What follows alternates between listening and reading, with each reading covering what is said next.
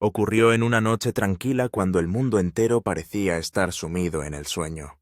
No hubo un comunicado oficial, no hubo ninguna declaración de relaciones públicas, y tampoco apareció ninguna publicación en Instagram, cuidadosamente editada. El príncipe Enrique se subió silenciosamente a un jet privado en un pequeño aeropuerto de California, y luego desapareció en el cielo nocturno. Este viaje lo llevó a Londres pero solo. Sin Meghan, sin sus hijos, sin el equipo de seguridad habitual, solo quedaba a Enrique una vieja bolsa de lona y la poca cordura que le quedaba después de años de tensión. Al principio la gente del palacio guardó silencio sin confirmar la información, pero los rumores se extendieron como la pólvora había regresado a Inglaterra.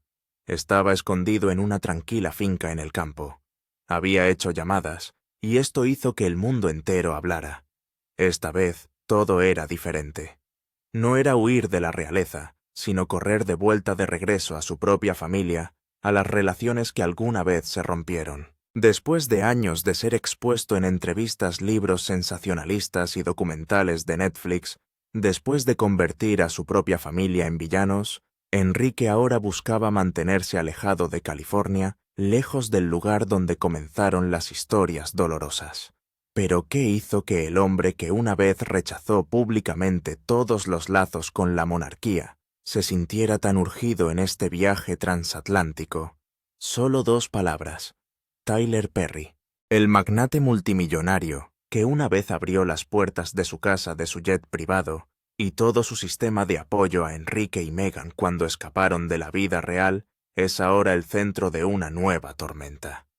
El hombre al que Meghan una vez llamó protector, ancla y salvador, en sus horas más oscuras, se ha convertido ahora en la clave de todos los secretos. Porque Tyler Perry no solo ayudó, sino que archivó cada momento, cada conversación, cada favor, todo grabado, almacenado y sellado en un archivo que solo los de dentro conocían. Cuando Meghan cometió un grave error, no solo traicionó la confianza de Perry, sino que activó una cláusula legal latente, abriendo la posibilidad de hacer públicos todos los secretos que él había guardado cuidadosamente. Y ahora esas cintas han sido reveladas. El mundo está conmocionado y Enrique se enfrenta a una sensación de colapso total, como si todo en lo que había creído se hubiera desvanecido. Pero la historia no termina aquí. La mayoría de la gente no comprende la naturaleza de Tyler Perry. No es una celebridad que busca atención o drama. Es un empresario experimentado que ha fallado antes, que aprendió que en el mundo de Hollywood la lealtad siempre viene con una transacción y cada recibo es una supervivencia. Por lo tanto, cuando Enrique y Meghan aparecieron desesperados y perdidos en 2020, buscando refugio de la tormenta mediática, Perry no les entregó simplemente las llaves de su mansión de $18 millones en Beverly Hills por bondad. Les exigió que firmaran documentos legales estrictos. Un acuerdo de residencia aparentemente normal, pero oculta en esas líneas legales había una cláusula que nadie notó. ¿En qué se tosa? Momento, si una de las partes negaba públicamente la relación con la otra o intentaba borrar ese vínculo, la otra parte tenía el derecho legal de revelar el contexto necesario para proteger su reputación. Y esa cláusula aparentemente invisible es ahora la clave que está sacudiendo al mundo entero y convirtiendo el regreso de Enrique en un viaje lleno de lágrimas, colapso, pero también un signo de esperanza, la esperanza de que al final está buscando el camino de regreso a lo que realmente importa. Si Meghan decidía culpar a Perry o fingir que nunca existió Tyler Perry, aún podría decir la verdad sin depender de ningún acuerdo de confidencialidad, sin publicar publicaciones misteriosas en las redes sociales y sin temer ninguna consecuencia legal. Y Perry, fiel a su estilo, se había preparado a fondo para esa posibilidad. Durante los meses que Enrique y Meghan vivieron en su casa, Perry documentó meticulosamente cada detalle.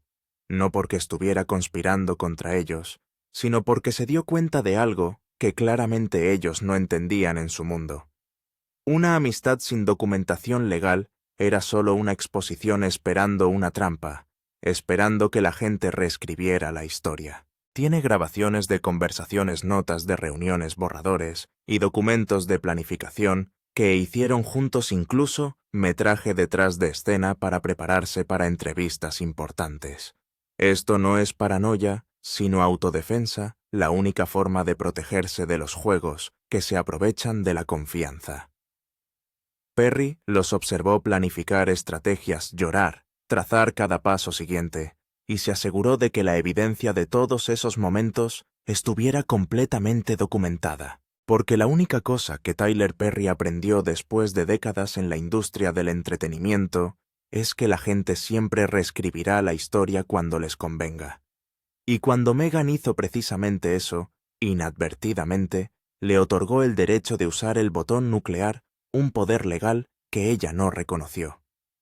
Todo lo que sucedió después sorprendió a todos, pero el primer paso fue muy silencioso, sutil, hasta el punto de que la mayoría de la gente ni siquiera lo notó. El nombre de Tyler Perry comenzó a desaparecer de la narrativa de los Sussex. El mes anterior fue mencionado en comunicados de prensa, como el padrino de Lilibet, apareció en clips brillantes de Netflix, posicionado como un héroe en su historia de escape. Pero al mes siguiente silencio. Silencio total en las ondas. Las fotos fueron archivadas, las publicaciones en las redes sociales editadas e incluso la página de Wikipedia de Lilibet fue eliminada de toda mención del tío Tyler.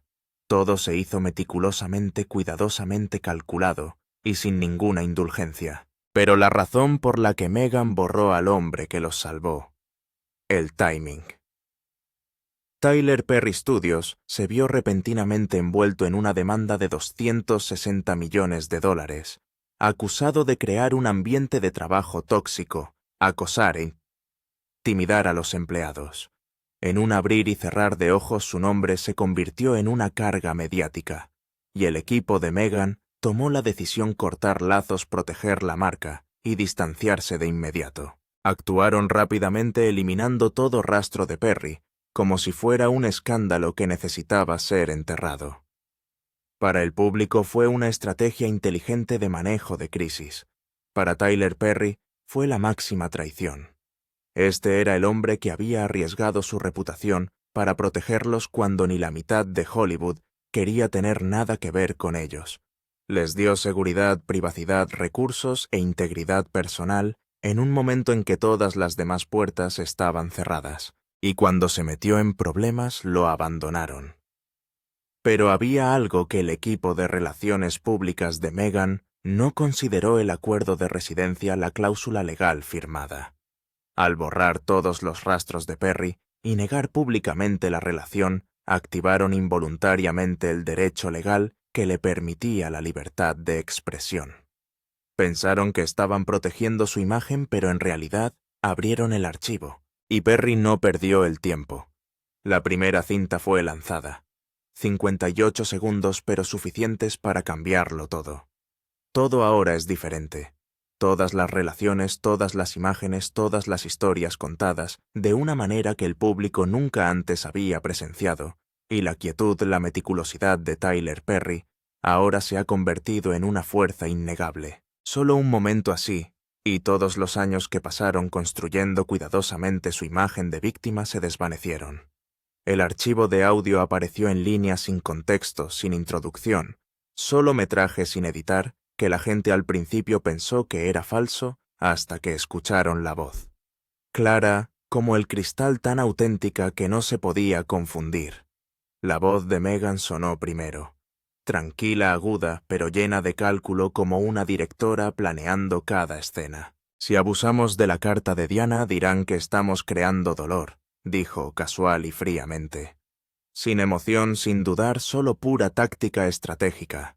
Y luego la voz de Enrique, cansada y resignada, sonó desde atrás, respondiendo con palabras que inquietaron a los oyentes. Netflix no quiere que lloremos más. No tanto esta vez. Solo unas pocas frases, pero suficientes para cambiarlo todo. La conversación filtrada duró menos de 1 minuto, pero su poder destructivo fue terrible. Toda la base de la imagen que Enrique y Meghan construyeron ante el público se derrumbó. Durante años vendieron al mundo la historia del dolor genuino, la autenticidad cruda, la efusión emocional.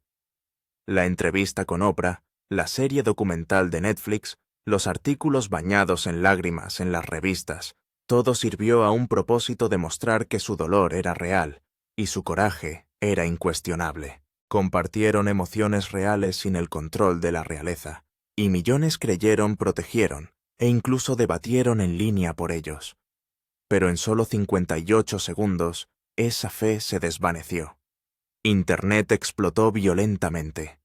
Los protectores de los Sussex, que alguna vez argumentaron persistentemente que cada capa era sincera, de repente se quedaron en silencio atónitos. Los comentaristas cautelosos ahora comenzaron a cuestionar públicamente todo.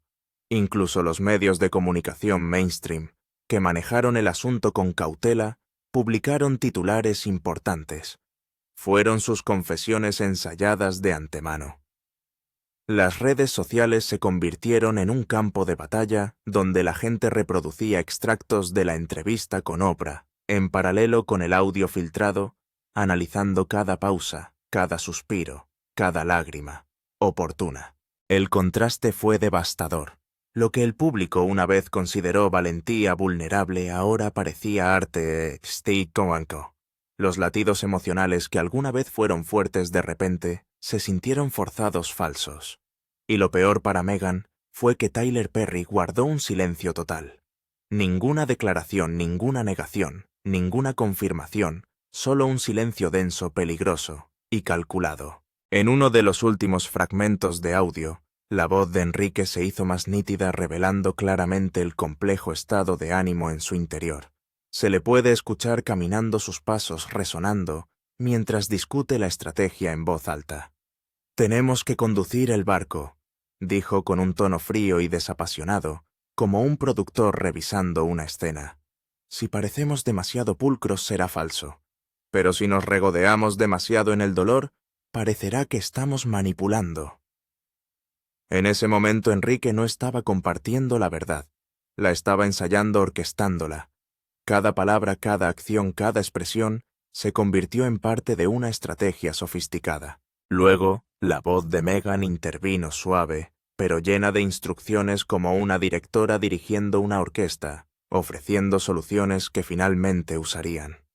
Y la escena cambió al jardín donde la luz nocturna se filtraba suavemente a través de los caminos, y el follaje tranquilo, real, auténtico, y sin ser emotivo al menos, hasta el tercer acto. El tercer acto.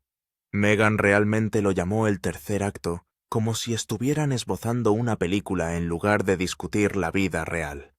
La forma en que hablaba, la forma en que calculaba cada paso, hacía que todo a su alrededor fuera a la vez realista y surrealista. Solo esa frase fue suficiente para borrar todo lo que quedaba de su credibilidad. Confirmó lo que los críticos habían sospechado durante mucho tiempo: toda la narrativa post-real que habían construido no era autenticidad espontánea, sino un contenido cuidadosamente calculado diseñado para tocar la fibra sensible del público en el momento y lugar adecuados. Inmediatamente la gente comenzó a revisar la serie de Netflix bajo esta nueva luz. De repente todos esos momentos íntimos, esas confesiones de vulnerabilidad, cada pausa aparentemente natural, ahora revelaban un significado completamente diferente. El documental que una vez promocionaron como crudo sin editar, ahora se revelaba por lo que realmente era: producido, guionizado y lanzado estratégicamente para maximizar el impacto mediático. Para Enrique, escucharse a sí mismo en esa cinta fue un shock psicológico. Casi se derrumbó.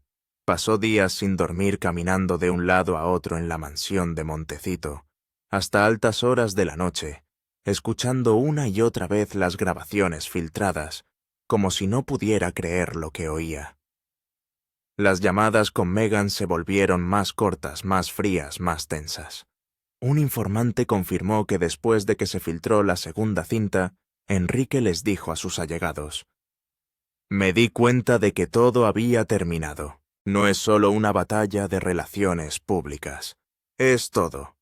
Y en ese momento, Enrique hizo una llamada que sorprendió a todos. No contactó al equipo de relaciones públicas en Estados Unidos, ni a Netflix, Spotify, ni a ninguno de los socios de medios con los que habían construido relaciones en California.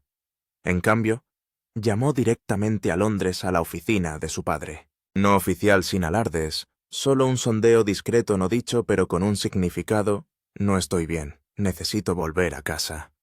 En 48 horas estaba listo para irse. Un jet privado registrado a nombre de una sociedad fantasma despegó de un pequeño aeropuerto al norte de Los Ángeles, alzando el vuelo en la oscuridad de la noche, cuando los paparazzi no podían seguirlo. Sin caravana de escolta, sin equipo de seguridad, sin una coordinación meticulosa. Solo Enrique solo volando de regreso al país que había criticado públicamente durante años. El palacio no confirmó su llegada porque oficialmente no apareció allí, pero la noticia se extendió de inmediato, especialmente en los círculos reales, y los rumores comenzaron a circular rápidamente. Enrique se alojó en una finca privada en el campo conectada con viejos amigos leales a la realeza. No en Frogmore Cottage, ni en ningún lugar público asociado con la familia, sino en un lugar tranquilo donde podía reflexionar sin que las cámaras siguieran cada uno de sus pasos. Esto fue precisamente lo que hizo que toda la operación de Meghan entrara en pánico. Por primera vez en años, el príncipe fugitivo ya no huía de la realeza. Esta vez corría de vuelta a ella. El espacio donde se refugió estaba lleno de silencio. Temprano en la mañana, la tenue luz del sol se colaba por las ventanas cayendo sobre la sala de estar vacía, reflejándose en las estanterías y objetos familiares, pero aún con una sensación de extrañeza, como un mundo a la vez viejo y nuevo. Enrique caminaba de un lado a otro con los ojos llenos de reflexión. Cada paso resonaba en la casa tranquila, cada aliento era el latido de un estado mental tenso y roto.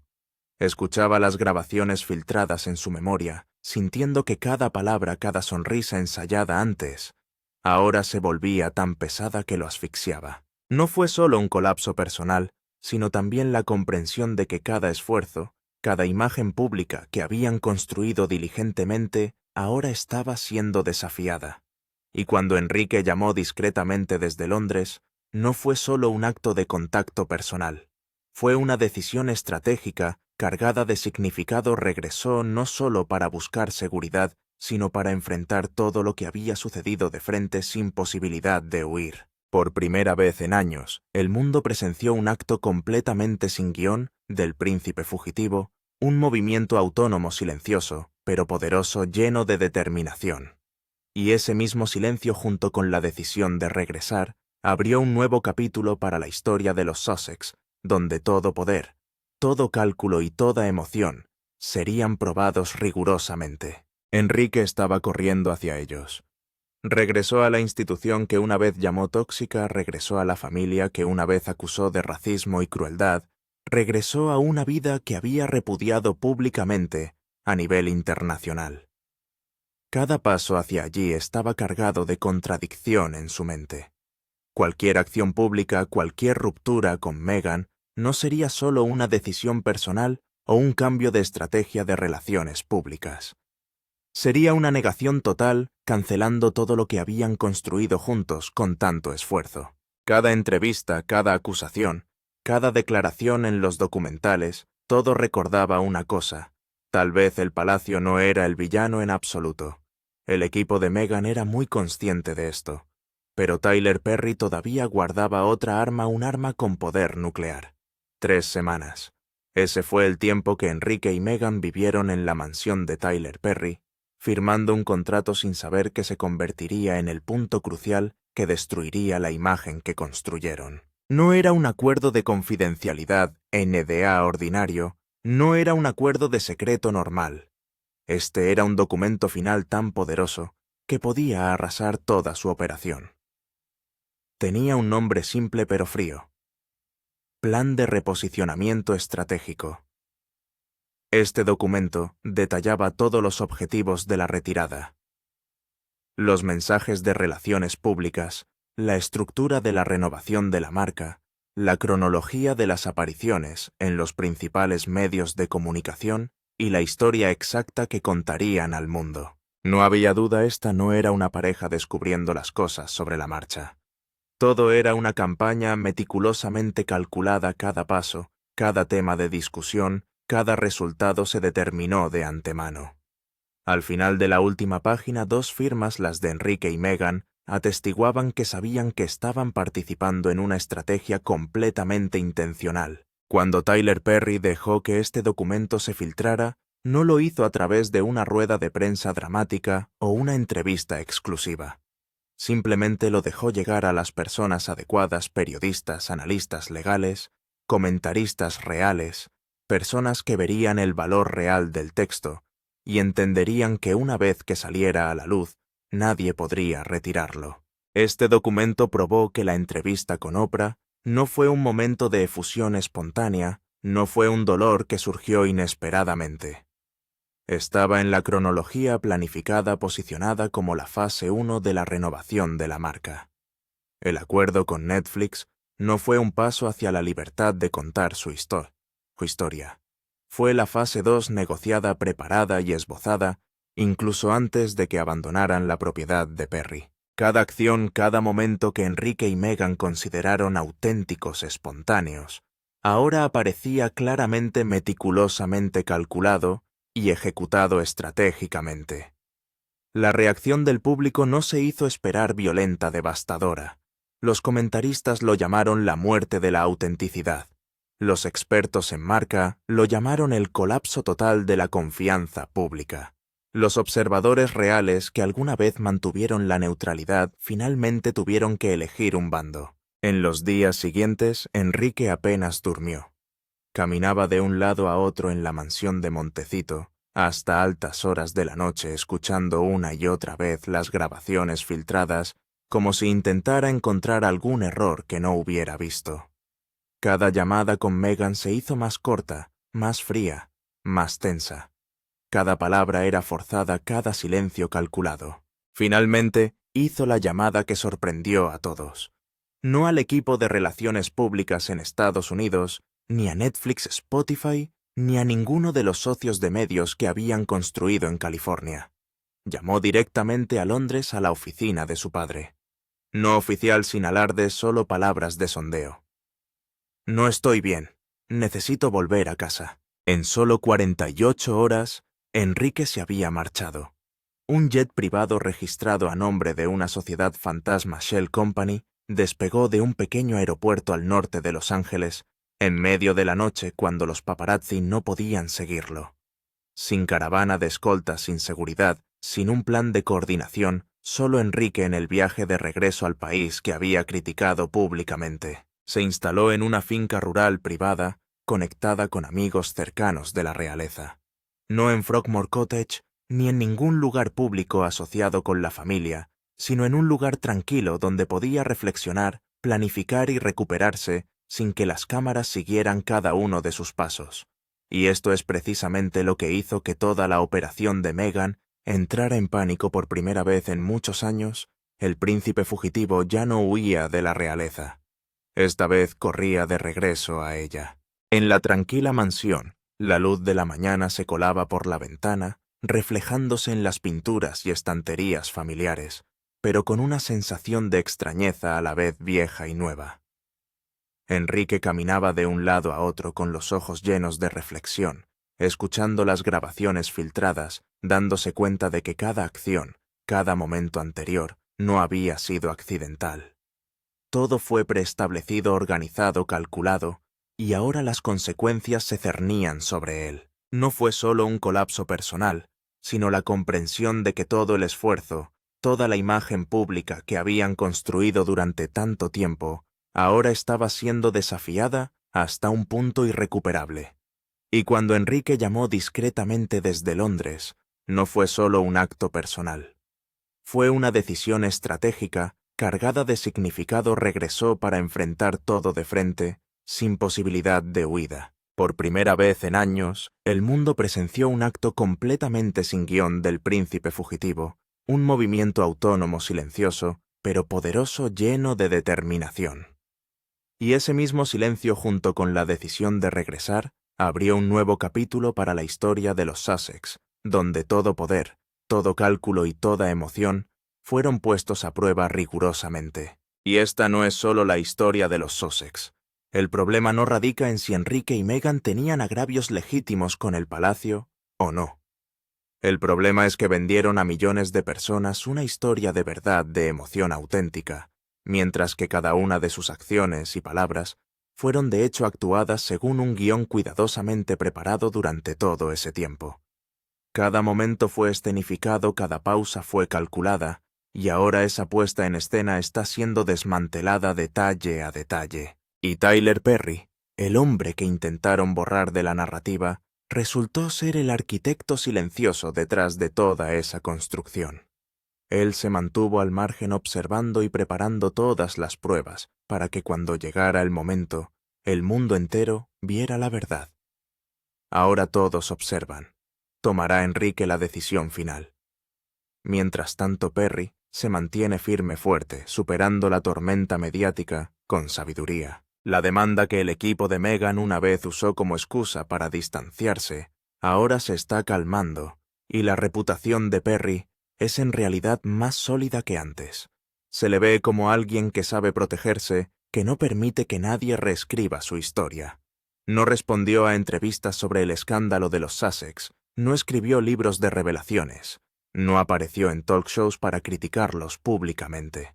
Simplemente existe despreocupado, poderoso, pero todos saben que guarda aún más secretos, más grabaciones de audio, más documentos, más pruebas de cómo todo el viaje post-real de Enrique y Meghan fue planeado meticulosamente. Mientras tanto, Meghan presencia cómo el imperio que construyó se derrumba día a día. El lanzamiento de su marca de estilo de vida, que se esperaba que fuera una gran revolución, ahora es patético. Los elogios en las revistas desaparecieron.